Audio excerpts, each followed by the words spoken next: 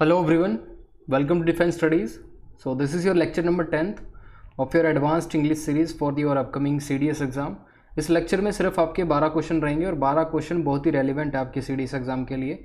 वही क्वेश्चंस वही कंसेप्ट आपके रिपीट होते हैं CDS एग्ज़ाम में। So let's begin without wasting much of your time. So the first question is, it was the very well directed film and we enjoyed it. अब देखिए, पहले आपको सेंटेंस एक बार पूरा इस तरह से देखना होगा कि स्ट्रक्चरली तो कोई दिक्कत नहीं है। पहले हम देखें तो इट आपका क्या है, इंट्रोडक्टरी प्रोनाउन हो गया, वॉज आपकी लिंकिंग वर्ब होगी, the very well directed film ये इसका क्या हो गया, ऑब्जेक्टिव हो गया, ऑब्जेक्ट हो गया, उसके बाद एंड कंजंक्शन हो गया, उसके बाद दूसरी क्लोज है वी एंजॉयड इट। तो ठीक है, ये यहाँ तक आपका कोई दिक्कत नहीं है इसी में, structurally it is right. But अब देखते हैं क्या इसमें कॉन्सेप्ट है। कॉन्सेप्ट डिस्कस करने से पहले I will be giving you 2 particular question. इसमें आपको आर्टिकल फिल करने हैं, you have to fill the article fill करना है। जैसे my uncle is dash farmer, my friends are dash student, my friends are dash students. अब ये देखिए, अब जो ये आपका फार्मर है, ये फार्मर आपका सिंगुलर नाउन, सिंगुलर क्या है, countable noun. This farmer is your singular countable noun. और जो ये आपका स्टूडेंट है, स्टूडेंट्स, ये आपका प्लूरल नाउन है। कॉन्सेप्ट क्या है, कोई भी singular countable noun without any article नहीं लिखा जाता। Singular countable noun without article नहीं आएगा, तो यहाँ पे ए आर्टिकल आपको लिखना पड़ेगा। लेकिन स्टूडेंट्स के केस में है, this is a plural noun, ये विदाउट काउंट इसके आर्टिकल के लिखा जा सकता है, तो यहाँ पे कोई आर्टिकल लिखने की जरूरत नहीं है, राइट। अब ये देखिए, माई अंकल इज क्या है, लिंकिंग वर्ब। लिंकिंग वर्ब के बाद क्या लिखा होता है, कॉम्प्लीमेंट। कॉम्प्लीमेंट क्या होता है, एडजेक्टिव। किसको डिफाइन करता है, सब्जेक्ट को। अब देखिए, माई अंकल इज अ फार्मर। अब जो फार्मर है ये एक एडजेक्टिव है, एक क्वालिटी है जो माई अंकल को डिफाइन कर रहा है। उसका अंकल क्या है, एक फार्मर, ठीक है। ये इसका मतलब होता है। लिंकिंग वर्ब क्या करती है, लिंकिंग वर्ब ज्वाइन करती है, उसके बाद लिखा हुआ एडजेक्टिव या फिर कॉम्प्लीमेंट किसके साथ, सब्जेक्ट के साथ। जो उस पर्टिकुलर स्टेटमेंट में सब्जेक्ट होगा उसको उससे लिंक कर देती है। अब इस केस में देखिए, it was the very well directed film and we enjoyed it. अब यहाँ पे देखिए, जो आपका सिंगुलर काउंटेबल नाउन है, अब ये वेरी वेल डायरेक्टेड फिल्म जो है, ये आपका सिंगुलर काउंटेबल नाउन है। सिंगुलर काउंटेबल नाउन के साथ आपको ए लिखना पड़ता है, ठीक है। यहाँ पे दा की जरूरत नहीं पड़ेगी क्योंकि वो डेफिनेट नहीं है। It was a very well directed film and we enjoyed it. Film का कोई रेफरेंस नहीं है यहाँ पे। अगर फिल्म का रेफरेंस होता तो यहाँ पे दा भी लिख सकते थे, बट यहाँ पे रेफरेंस नहीं था, तो यहाँ पे ए इनडेफिनेट आर्टिकल यहाँ पे लिखना पड़ेगा, क्योंकि फिल्म की क्या है, यहाँ पे इनडेफिनेट आइडेंटिटी है। इनडेफिनेट आइडेंटिटी, अगर यहाँ पे फिल्म की जो आइडेंटिटी होती वो डेफिनेट होती तो यहाँ पे हम द आर्टिकल लिखते। Next is, do you recall to meet her at the party last night. देखिए, इंटेरोगेटिव सेंटेंस है। इंटेरोगेटिव सेंटेंस में आप देखिएगा, सब्जेक्ट है, उससे पहले आपकी हेल्पिंग वर्ब है डू, और उसके बाद आपकी मेन वर्ब है रिकॉल। उसके बाद देखिए इन्फिनेटिव है टू मीट। इन्फिनेटिव पता होगा आपको, टू प्लस वर्ब की फर्स्ट फॉर्म। हर क्या है, पोजेसिव केयर का प्रोनाउन है, possessive case pronoun. At the party last night, at क्या है आपकी preposition, the party last night क्या है, point of time. Last night आपको दे रखा है point of time. Point of time past का है, लेकिन ये पॉइंट ऑफ टाइम किसके लिए है, कौन सी वर्ब के लिए, मेन वर्ब के लिए है या फिर इन्फिनेटिव के लिए है, राइट। ये पता लगाना पड़ेगा। ये जो लास्ट नाइट है ये मेन वर्ब के लिए ही नहीं है, ये सिर्फ इन्फिनेटिव के लिए है। Do you recall to meet her at the party last night, ये इन्फिनेटिव के लिए लास्ट नाइट यूज हुआ है, इसलिए आप यहाँ पे डिड नहीं लिख सकते। अगर आप में से किसी ने सोचा होगा कि डू की जगह हमें डिड आना चाहिए पास्ट, क्योंकि टाइम पास्ट का दिया हुआ है, तो ये गलत है, क्योंकि लास्ट नाइट आपका टू इन्फिनेटिव इसके लिए यूज़ हुआ है, टू मीट इन्फिनेटिव के लिए। अब देखिए, कुछ एक वर्ब ऐसी होती हैं, जैसे मैं आपके साथ डिस्कस कर लूँ, देर आर सर्टेन वर्ब्स जहाँ पे आपको 2 ऑप्शंस होते हैं उसके साथ लिखने के। जैसे रिमेंबर एक वर्ब है, ठीक है, उसके साथ गिफ्ट एक वर्ब है, रिकॉल एक वर्ब है। ये 3 ऐसी वर्ब होती हैं जिसके साथ आपके पास 2 ऑप्शन रहते हैं, या तो आप इन्फिनेटिव लिख सकते हैं इसके साथ, ठीक है।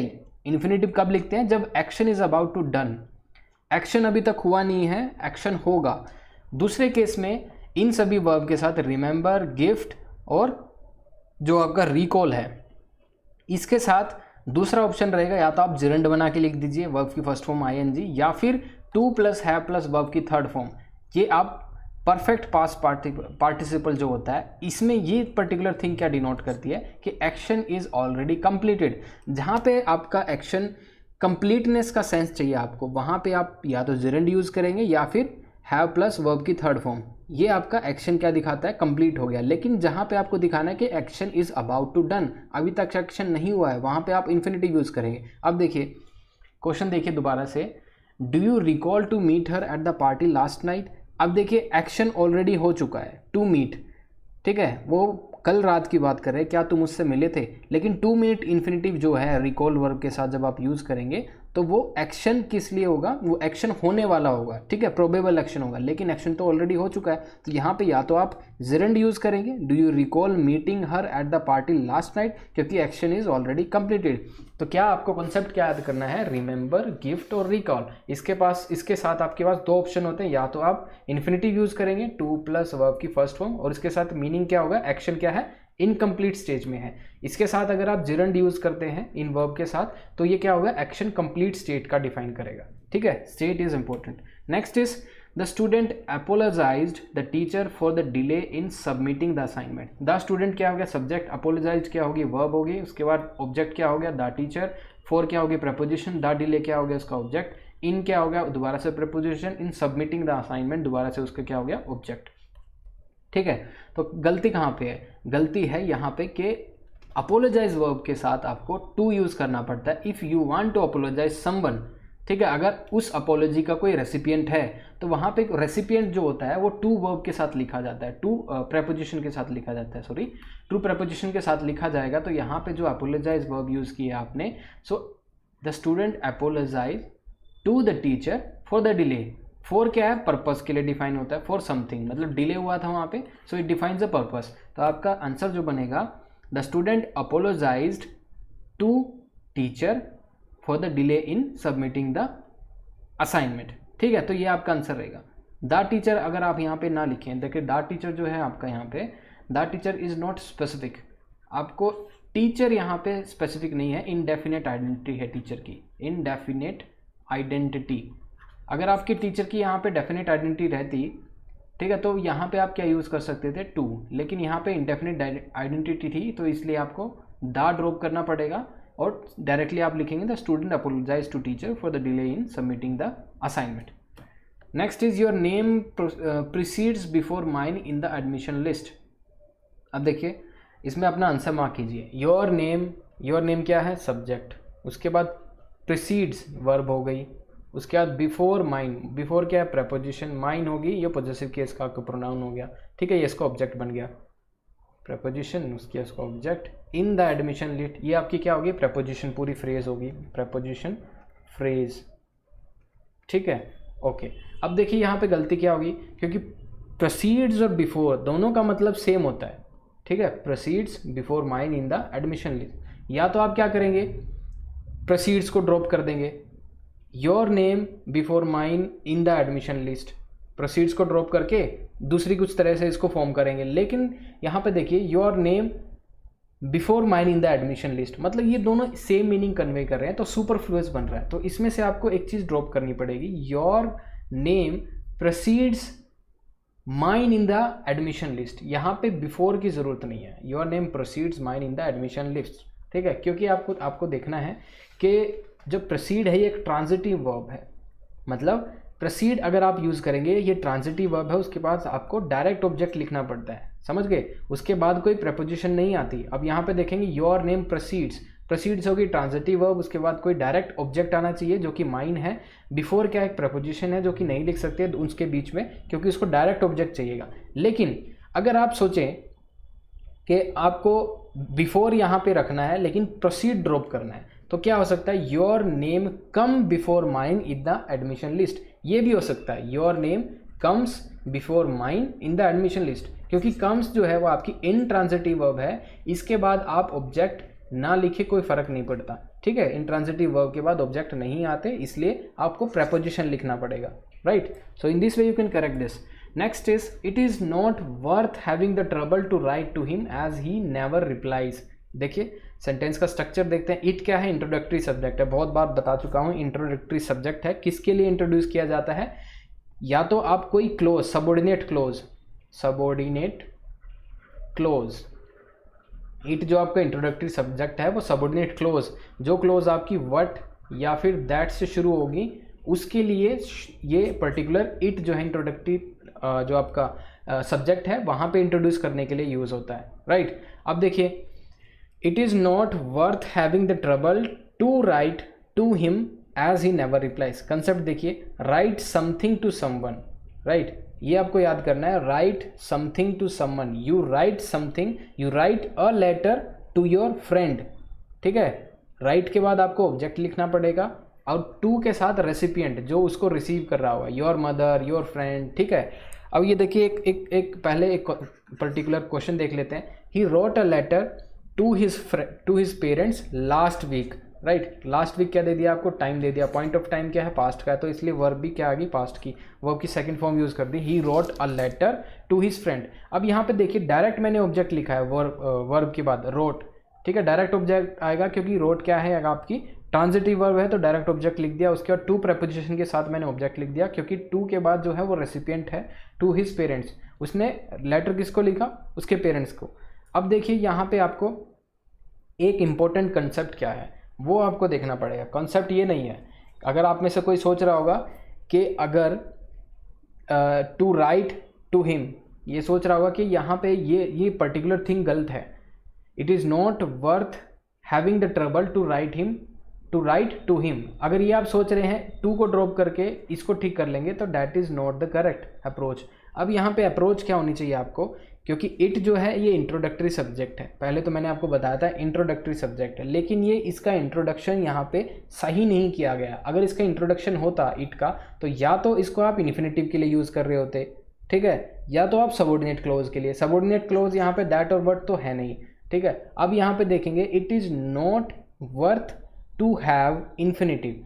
अब देखिए यहाँ पे इट जो है टू हैव के लिए यूज़ होगा, इट जो होगा टू हैव के लिए, क्योंकि मैंने आपको बताया है इट जो आपका इंट्रोडक्टरी कंजंक्शन जो आपका सब्जेक्ट है वो सिर्फ इन्फिनेटिव के लिए इंट्रोड्यूस किया जाता है या फिर सबॉर्डिनेट क्लोज के लिए। सबॉर्डिनेट क्लोज यहाँ पे कोई है नहीं तो इन्फिनेटिव की ज़रूरत पड़ेगी। It is not worth to have the trouble to write him as he never replies, तो ये आपका सही आंसर बनेगा, right. Next is my house is more spacious than my sister. अब देखिए कंपैरिजन जो होता है सेम रैंक के स्ट्रक्चर्स में होता है, दोनों सिमिलर होने चाहिए। अब हाउस में और उसकी सिस्टर में कंपैरिजन कैसे हो सकता है, या तो ऐसे होगा my house is more spacious than my sister's, apostrophe's S लगा के इसको पॉजेसिव केस बना दीजिए कि उसका पॉजेसिव केस मतलब जो होगा सिस्टर का घर, तो ये बन सकता है। दूसरा तरीका क्या है, आप लिख सकते हैं my house is more spacious than that of my sisters, right. तो ये आप लिख सकते हैं, दोनों की तरह से इसको ठीक कर सकते हैं। देन माई सिस्टर्स इसको पॉजिटिव केस बना के, या फिर than that of my sister. Next is this is too grave sin to be pardon. This क्या हो गया आपका, this is too grave sin to be this pardon. वैसे दिस आपका डिटर्मिनर होता है लेकिन यहाँ पे एज ए सब्जेक्ट यूज हुआ है, ठीक है। दिस इज टू ग्रेव सिन। अब सिन बताइए मुझे, एक वर्ब है या नाउन है? सिन एक नाउन है, सिन एक नाउन है, ठीक है। To be pardoned, to be pardon, जब आपको पता है सिन एक नाउन है और एक काउंटेबल नाउन होता है सिन, तो विदाउट एनी वो जो आपका सिन एक जब आपको दे, sin is not a countable noun. First of all ये आपको देखना पड़ेगा कि सिन में, एक बार यहाँ पे देखिए, सिन एक नाउन भी होती है, एक वर्ब भी होती है। सिन जब एक एज ए नाउन यूज़ होता है और जब एज ए वर्ब यूज़ होता है तो इसमें डिफरेंस होता है। जब यहाँ पे देखिए, यहाँ पे जो हमने सिन है वो एक नाउन है, ठीक है। सिन यहाँ पे एक नाउन है, जब एज ए नाउन यूज़ हुआ है तो हमें डिस्टिंग्विश करना पड़ेगा कि ये एज ए नाउन है, यहाँ पे वर्ब यूज़ नहीं हुआ है, सिर्फ एज ए नाउन। तो नाउन उसको दिखाने के लिए हमने सिर्फ यहाँ पे ए आर्टिकल लिख दिया है, टू डिटरमाइन और to denote that this sin is a noun. तो यहाँ पे this is too grave a sin to be pardon, right. अब यहाँ पे अगर आप चाहते हैं इसको दूसरी तरीके से लिखना चाहते हैं, this sin is so grave that it can not be pardon. आपके CAPF में इतनी बार आपका ये क्वेश्चन आता है कि आपको डायरेक्शन दी होती है, ये पर्टिकुलर क्वेश्चन सपोज कीजिए आपको दिया गया हो और डायरेक्शन में लिखा होता है कि ड्रॉप टू। अगर आपको टू ड्रॉप करने के लिए बोलता है तो आपको कुछ और यूज़ करना पड़ेगा उसकी जगह पे, तो यहाँ पे आप सो दैट, ये वाले कोरिलेटिव कंजंक्शन का यूज़ कर सकते हैं, ठीक है। This sin is so grave that it can not be pardon, meaning यही सेम है दोनों का मीनिंग देखेंगे तो सिमिलर है, ठीक है। So next is antique diamond necklace was stolen from the museum. अब देखिए एंटीक डायमंड नेकलेस, ये आपका क्या है पूरा, ये आपका पूरा एक क्या है, सब्जेक्ट है। वॉज स्टोलन क्या हो गया, वॉज आपकी बी की फॉर्म है प्लस वर्ब की थर्ड फॉर्म यूज हुई है, तो इसका मतलब पैसिव है। एंटीक डायमंड नेकलेस को चुरा लिया गया कहाँ से, म्यूजियम से। दाम लगाया मतलब कोई स्पेसिफिक म्यूजियम है। एंटीक है तो उसका मतलब उसका एडजेक्टिव है, antique is an adjective of किसका, नेकलेस का। अब नेकलेस आपका क्या है, एक नाउन है, नेकलेस इज ए नाउन, और वो भी कैसा नाउन है, काउंटेबल।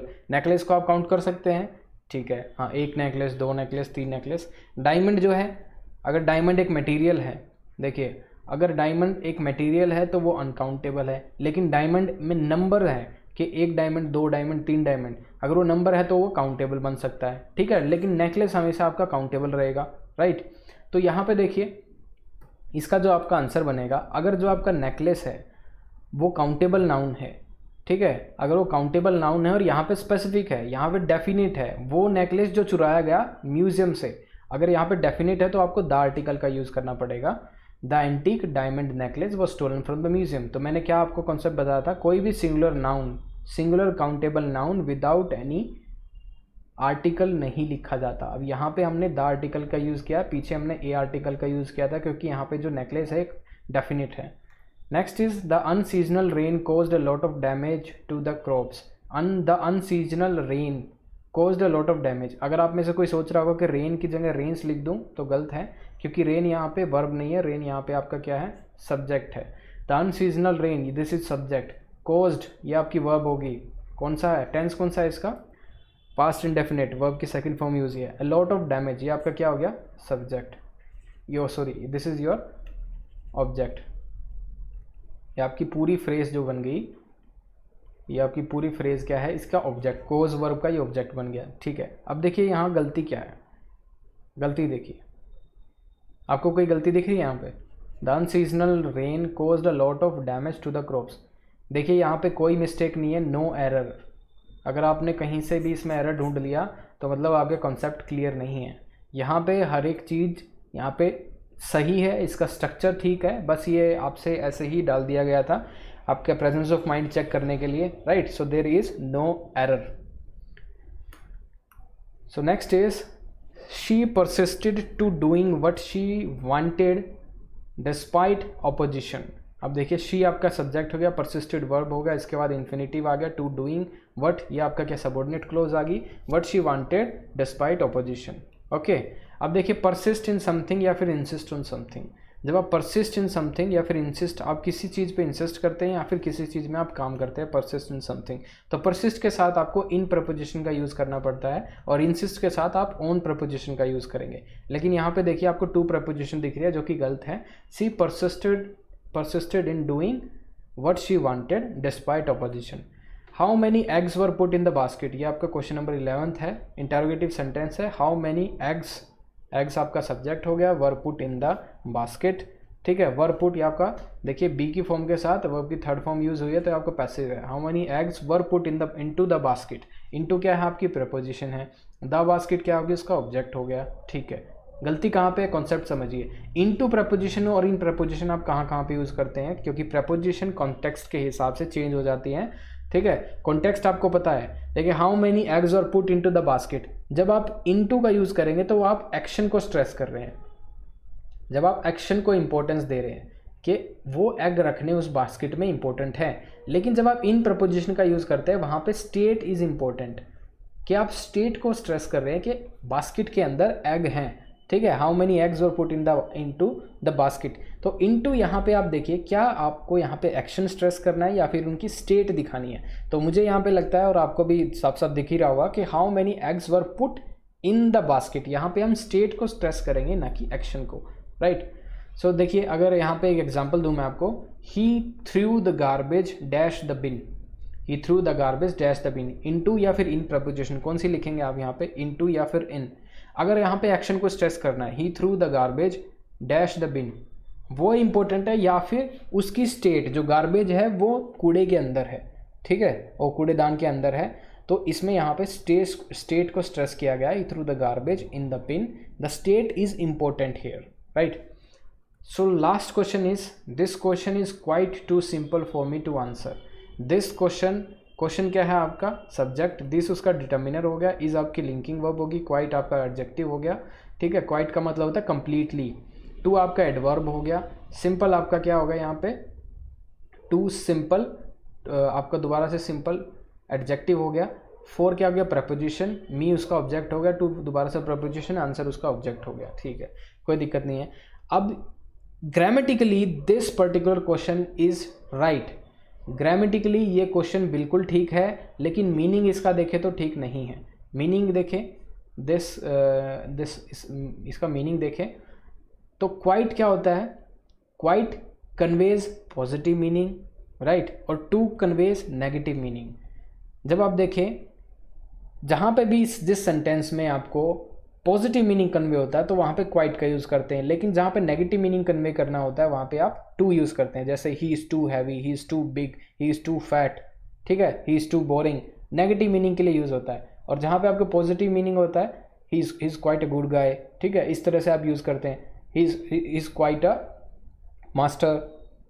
इस तरह से जहाँ पे पॉजिटिव मीनिंग आपको कन्वे करना चाहते हैं वहाँ पे आपको क्वाइट का यूज़ करना पड़ता है। अब यहाँ पे देखिए, ऐसा तो हो नहीं सकता कि आप क्वाइट और टू, नेगेटिव और पॉजिटिव दोनों चीज़ें एक साथ ही यूज़ कर सके, तो उसका कोई मीनिंग नहीं बनेगा, ठीक है।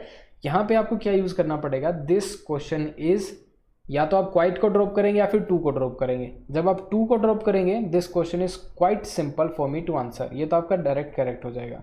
लेकिन अब अगर आप चाहेंगे कि मैं क्वाइट को ड्रॉप कर दूँ लेकिन टू से मैं क्वेश्चन ठीक करूं, तो जब भी आपका गलत बनेगा, क्योंकि टू के साथ यहाँ देखेंगे आप टू इन्फिनेटिव लगा है। देखिए टू आपका क्या होता है, एक एडवर्ब होता है, टू एक एडवर्ब होता है, और उसके साथ आप टू इन्फिनेटिव जब लगाते हैं वो नेगेटिव्स के लिए यूज़ होता है। जैसे टू इज़ एन एडवर्ब, ये कोरिलेटिव कंजंक्शंस है, उसके साथ टू इन्फिनेटिव आता है, टू प्लस वर्ब की फर्स्ट फॉर्म, जो नेगेटिव मीनिंग को कन्वे करता है। He is too heavy to be lifted, वो बहुत भारी है उठाने के लिए, ठीक है, तो नेगेटिव मीनिंग के लिए। He is too poor to buy a car, वो भी नेगेटिव मीनिंग कन्वे करेगा, ये इतना गरीब है कि वो गाड़ी भी नहीं खरीद सकता।